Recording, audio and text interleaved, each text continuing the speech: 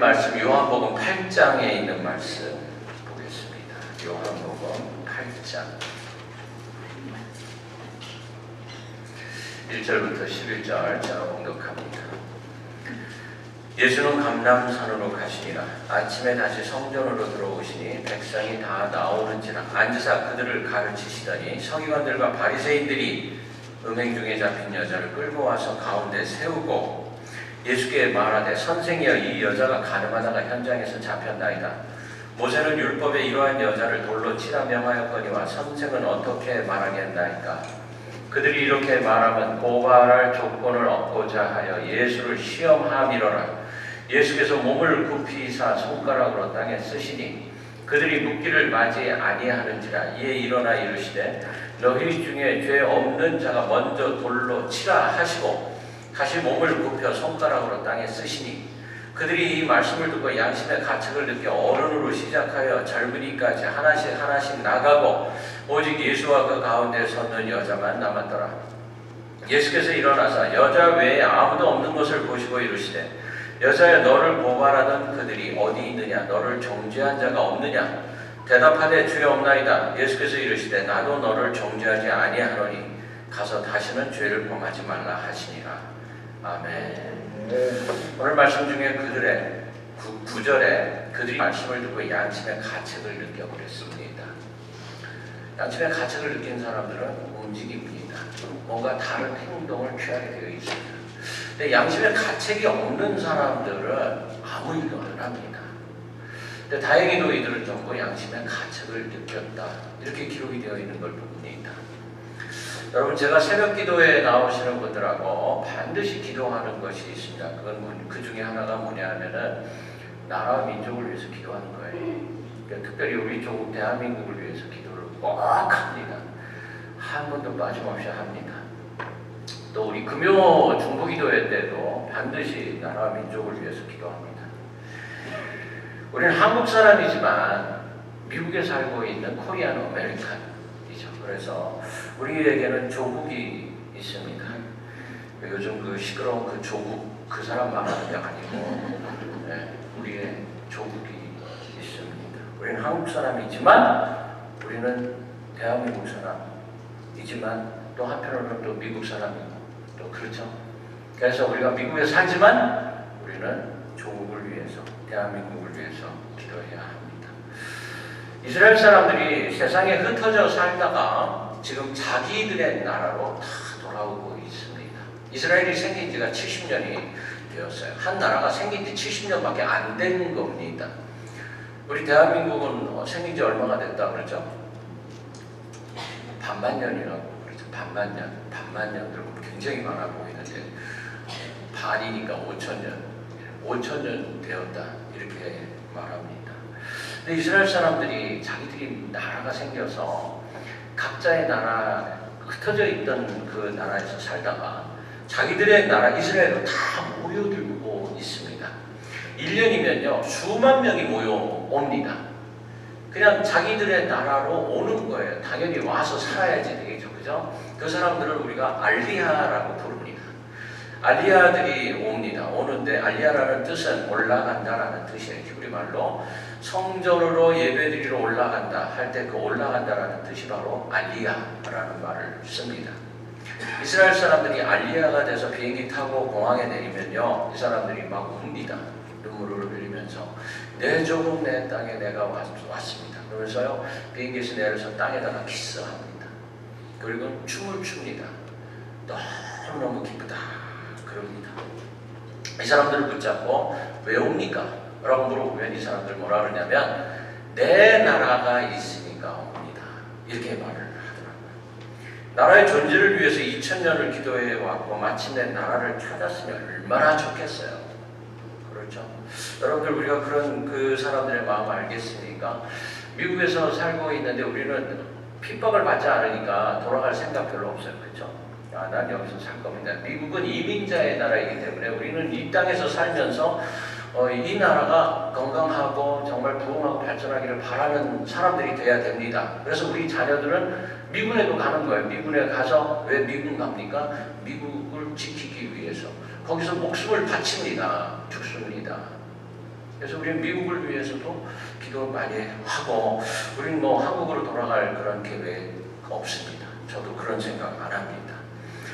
그런데 지금 우리 조국 대한 일본 침략 전쟁 중에 강제 징용당한 사람들에게 보상 청구권을 줘야 된다라고 대법원에서 판결한 것을 놓고 일본 사람들이 몹시 싫어합니다. 그러니까 우리는 한마디로 강제 징용당해서 고생했으니까 돈 내놔 그러는 거고, 일본 사람들은 다 끝난 얘기 가지고 뭐 자꾸 얘기해 보죠 그러는 거죠. 그러다가 이번에 그 경제 보복을 합니다. 수출 품목 중요한 거 3가지에다가 화이트 리스트에서 제거하니까 한 1000가지 넘게 수출 품목을 이렇게 묶어놨어요. 그래서 우리나라 경제가 많이 힘들어지는 그런 상황이 됐는데, 우리나라도 맞불을 놨죠. 그 화이트 국가에서 제거시켜버리고, 또 지소미아라고 해서 군사 정보를 일본하고 나누는 그 일을 이제 그만하자. 11월부로 이제 그게 끝납니다. 그랬더니 일본도 또 왜 그러냐 막 이러고 있는 중에 있어요. 한마디로 한국은 일본 싫고 일본은 한국이 싫은 겁니다. 싫다 못해서 미워하기 시작합니다. 여러분들 마음에도 그런 생각이 있지 않을까요? 뉴스 보시죠, 그죠? 뉴스 보면서 일본 싫어 막 이런 생각 들죠. 일본을 한국이 그렇게 집요하게 위안부산 만들고 그 전 세계에다 일본 나쁜 놈 막 이렇게 얘기하고 그런 게 일본 사람들은 싫은 거예요. 근데 제가 그런 뉴스를 보면서 그런 생각이 들었어요. 우리 서로 사랑하면서 살아야 되지 않을까? 두 나라가 참 가까운 나라인데, 배 타고 2시간이면 건너가는 그런 나라인데, 적어도 하나님을 믿는 사람들은 하나님의 마음으로 이 일을 바라볼 수 있어야 되지 않을까, 그런 생각이 들었습니다. 여러분, 예수님이 이 땅에 오신 이유가 3가지가 있습니다. 첫 번째, 예수님은 섬김을 받기 위해서가 아니라 섬기시기 위해서 오셨다 그랬어요. 주님께서 오신 건 죄인들의 구원을 위해 자기 몸을 십자가에 내어 주기까지 죄인들을 섬기기 위해서 오셨습니다. 저와 여러분들은 죄인이에요. 한 사람도 예외 없이. 마태복음 20장 28절에 인자가 온 것은 섬김을 받으려 함이 아니라 도리어 섬기려 하고 자기 목숨을 많은 사람의 대속물로 주려 함이니라 그랬어요. 두 번째, 예수님은 사탄의 권세를 멸하기 위해 오셨습니다. 예수께서 성육하신 그 순간부터 세상을 죄와 사망으로 이끌던 사탄의 권세는 무너지기 시작했어요. 세상 끝날 완전히 멸망할 거예요. 요한일서 3장 8절에 죄를 짓는 자는 마귀에게 속하나니 마귀는 처음부터 범죄함이니라. 하나님의 아들이 나타나신 것은 마귀의 일을 멸하려 하심이라. 이렇게 기록되어 있습니다. 세 번째, 예수님은 택한 자들에게 영생을 주시기 위해서 오셨습니다. 저와 여러분들 모두는 영원히 살 사람들입니다.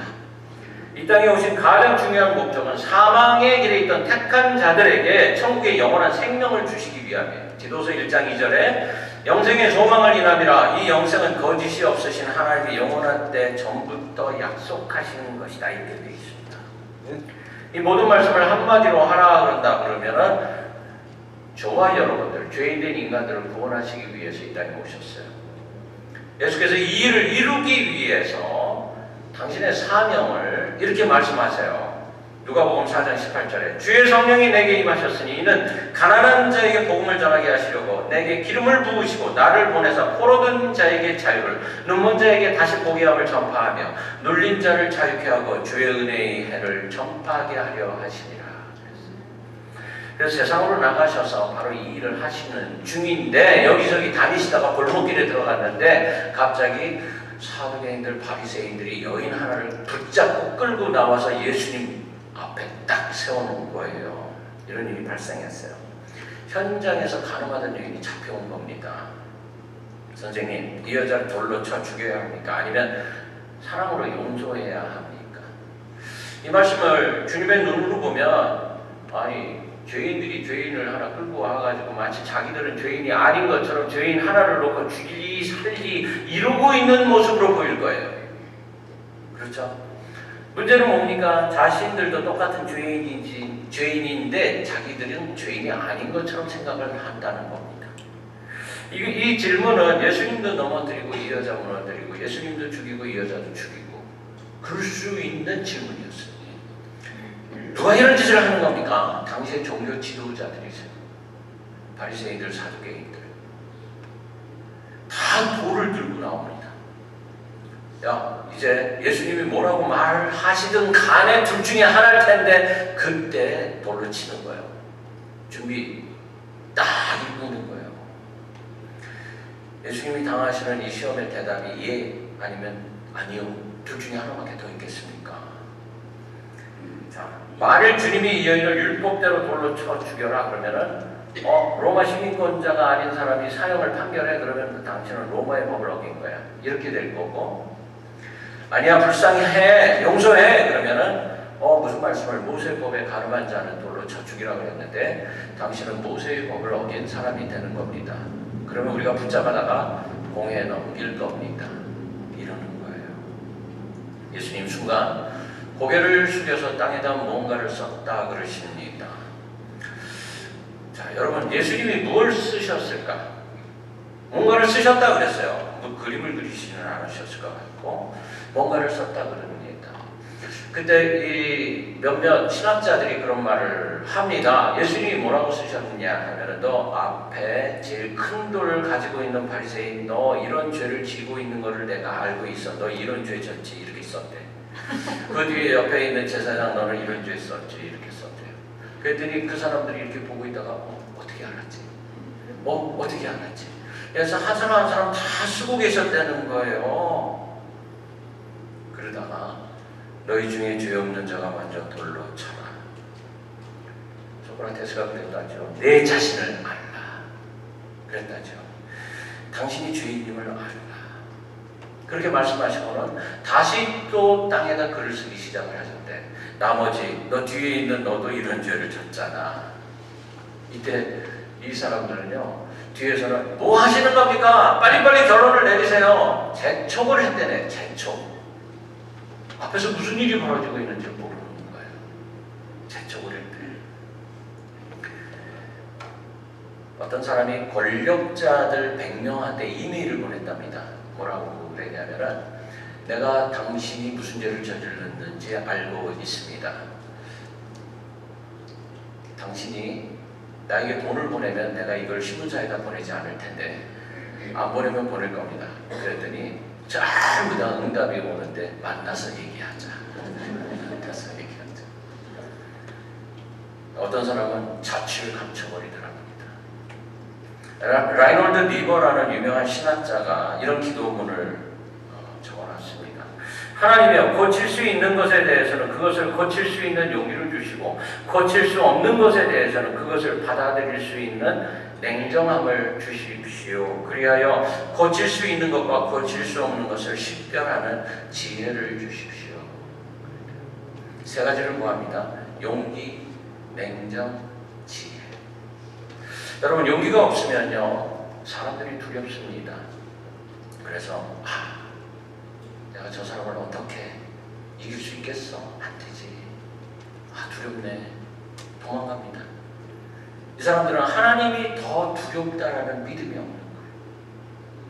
냉정함이 없으면 흥분을 잘합니다. 떨어져요. 그리고 섣부르게 행동해서 많은 사람들을 힘들게 합니다. 다치게 하기도 하고. 지혜가 없다는 것은 생각에 진전이 없다는 거예요. 그래서 어떻게 합니까? 맨날 똑같은 말만 합니다. 어떤 분은 앉아서 3번을 똑같은 말을 해요. 그래서 조금 아까 했어요. 그래도 또 한 번 웃고 나서 또 해. 그래서 아까 했다니까.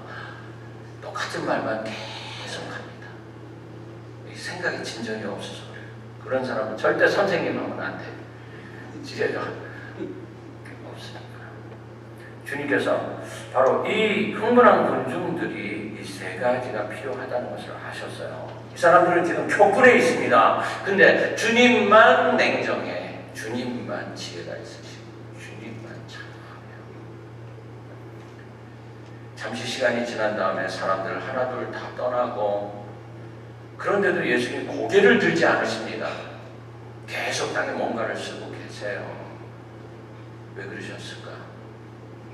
떠나가는 그 사람들이 예수님과 눈길을 마주치지 않게 하기 위해서. 그렇죠? 내가 당신이 문제 있었는지 다 알아 라고 다 쓰셨다니까.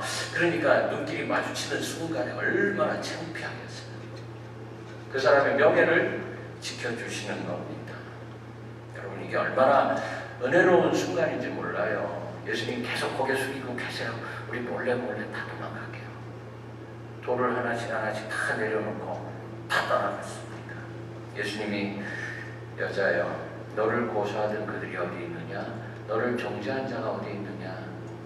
여러분, 여자여 라고 부르는 이 여자는 그네라는 뜻인데, 어머니를 부를 때도 이렇게 부르고요, 여왕을 부를 때도 이렇게 부른대요. 예수님이 야 이니은아 이렇게 안 불러주셨다는 거예요.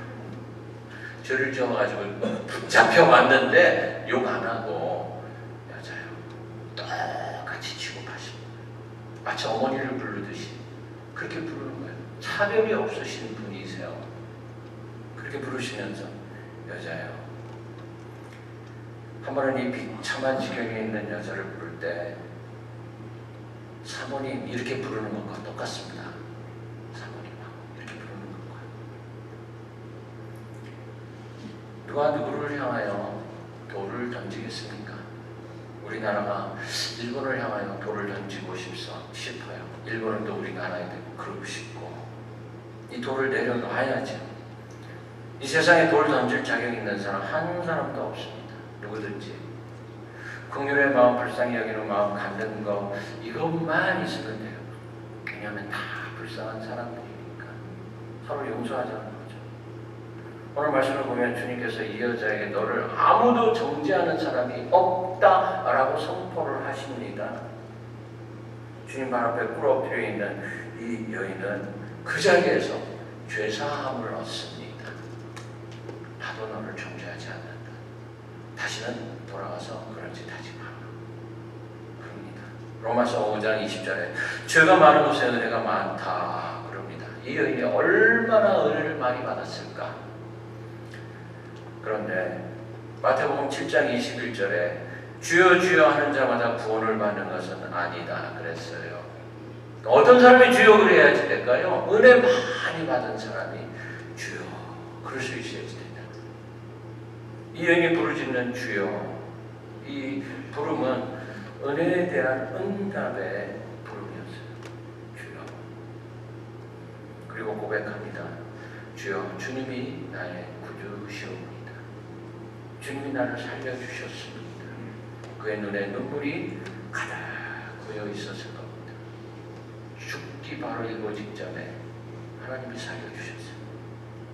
16세기에 폴란드의 유명한 천문학자 코페르니쿠스라는 분이 계신데, 자기 묘비에다가 자기가 묘비를 씁니다. 내가 죽으면 내 묘비에 이렇게 써주세요 그럽니다. 혹시 여러분들도 생각이 있으신 분들은 적으세요. 제가 지금부터 말씀을 드릴 텐데, 이렇게 쓰랍니다. 하나님이여, 나는 바울이 가졌던 특권을 구하지도 않습니다. 베드로에게 주셨던 능력을 구하지도 않습니다. 다만 예수님 십자가 지실 때 옆에 있었던 강도에게 베푸신 그 공유를 구합니다. 그런데요, 코페르니쿠스가 내가 그 강도입니다 이렇게 말한 거예요. 그러나 그는 구원받았죠. 나도 그렇게 구원받기만을 바랍니다. 이게 마지막 고백이었대요. 여기에 복음이 있습니다. 우리 인간의 죄는 많고 적음에 있지 않다는 겁니다. 크고 작은 데 있지 않다는 거예요. 누구나 다 같은 죄인이다 라는 그 마음을 가질 수 있다는 거예요. 그래야지만 됩니다. 나도 죄인입니다. 두 친구가 있었는데, 한 사람은 큰 죄를 짓고 그것 때문에 늘 고민하면서 살던 사람이었고, 다른 한 사람은 뭐 큰 특별한 죄를 지은 기억이 없어요. 늘 법을 지키며 살아왔어요. 자기는 죄가 없다 이렇게 생각하는 사람이 있는데, 한 번은 목사님과 대화를 합니다. 큰 죄를 지은 사람은 나는 그 죄 때문에 늘 눈물을 흘립니다. 죄책감에서 벗어나고 싶습니다. 어떻게 하면 됩니까? 목사님이 또 한 사람한테 물어봤더니, 저 뭐 그렇게 큰 죄 지은 거 기억이 안 나는데요 그럽니다. 그래, 주머니 2개를 각자에게 주면서 당신 큰 죄 지은 사람은 이 주머니에 꼭 들어가는 큰 돌 하나를 넣어가지고 와 그러고요. 제가 기억이 나지 않는다 그런 사람한테는 가서 작은 돌을 여기 하나 가득 채워갖고 와 그러더래요. 그래서 둘이 나가서 한 사람은 큰 돌 하나만을 딱 들고 왔어요. 다른 사람은 작은 돌을 많이 담아갖고 왔어요. 목사님 뭐라 하냐면 요 돌을 그대로 그 자리에 갖다 놔 그러더래요. 큰 돌을 갖고 온 사람은 금방 갖다 놓고 옵니다. 작은 돌은 어디에 있는지 내가 어디서 주웠는지 기억이 안 납니다. 주님이 우리에게 너는 큰 죄를 졌으니까 회개 많이 해야 돼 이렇게 말씀하시지 않아요. 회개해라. 작은 죄 많이 지은 사람한테 넌 수백 번 회개해라 그러지 않았어요. 그냥 회개해라 그러십니다. 작은 죄를 많이 지은 사람 이게 죄인 줄도 모르고 오히려 죄에 길들여져서 살기가 십상이에요. 주님이 여인에게 다들 어디 갔느냐 그러시니까 여인이 없나이다 다 사라졌습니다.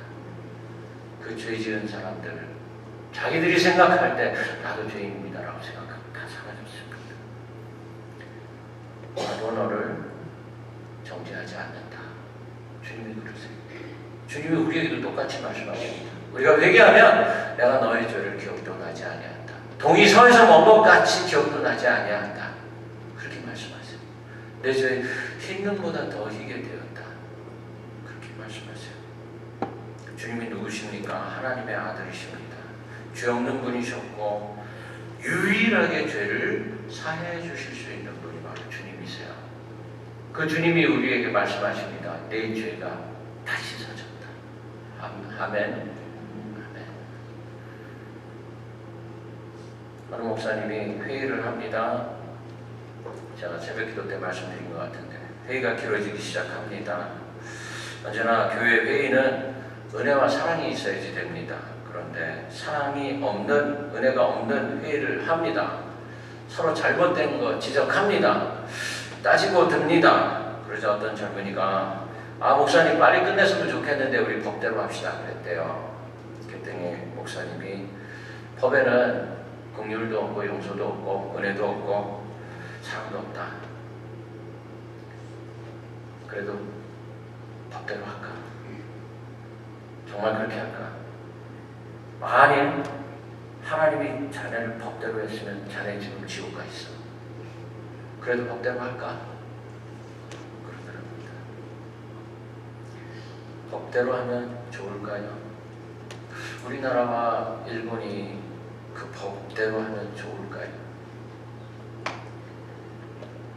지난주 독일 때문에 일본이 모욕을 치른다 이런 기사가 있더라고요. 독일이 일본과 같이 전범국가이면서 수많은 유대인들을 학살했는데 지금까지 홀로코스트 희생자들에게 약 93조 원을 지급을 했답니다. 어마어마한 돈이죠. 그리고 지금도 수백 마르크씩 그 생존자들한테 돈을 보내주고 있다고 그래요. 그러면서 그 베냐민 네타냐후 이스라엘 총리가 독일에게 고맙다 이렇게 말했답니다. 고맙다. 우리나라 대통령이 일본의 아베에게 고맙다 이렇게 말할 수 있는 날이 올 수 있을까요? 자, 그렇다 그러면 우리가 반드시 용서를 받아야만 용서를 해줄 수 있을까? 그러니까 잘못했다고 미안하다고 해야만 우리가 그를 용서해 줄 수 있을까요, 여러분? 일본이 반드시 우리 앞에 무릎 꿇고 잘못했다고 해야만 우리가 그들을 용서할 수 있을까요? 우리 주님이 십자가에서 뭐라고 그러셨냐면 저들이 짓는 죄를 저들이 알지 못합니다. 그러니 용서해 주세요. 그렇게 말씀을 하십니다. 용서를 구하지 않아도 용서해 줄 수 있는 마음, 그 마음이 예수님의 마음이셨어요. 왜냐하면 예수님 그들을 다 아시니까. 저와 여러분 그리스도의 용서의 은혜를 경험한 사람들로 살아가실 수 있기를 간절히 바랍니다. 서로서로 위로해주며 살아가고 내 손에 든 이 돌 내려놔야 합니다. 오늘 주님은 여인에게 가까이 가셔서 여인을 살려내셨습니다. 모든 사람들의 손에서 돌을 버리게 하셨습니다. 이 여인에게 자유와 죄사함과 구원의 큰 기쁨을 선물로 주셨습니다. 이 여인이 뭐 했기에? 뭘 했어요? 아무것도 안 했어요. 아무것도 안 했어요. 그냥 죄 짓다가 붙잡혀 왔을 뿐입니다. 오늘 우리도 내가 죄인임을 인정할 수 있기를 간절히 바랍니다. 나도 긍휼함을 받아야 할 사람입니다. 이 여인처럼 하나님 앞에 정직하게 자기 자신의 죄를 인정하고 회개해서 일어나는 일들이 뭐냐? 참 자유를 갖게 됩니다. 참다운 자유. 저와 여러분들이 이 참 자유를 소유하시는 분들이 되시기를 주의 이름으로 간절히 축원합니다.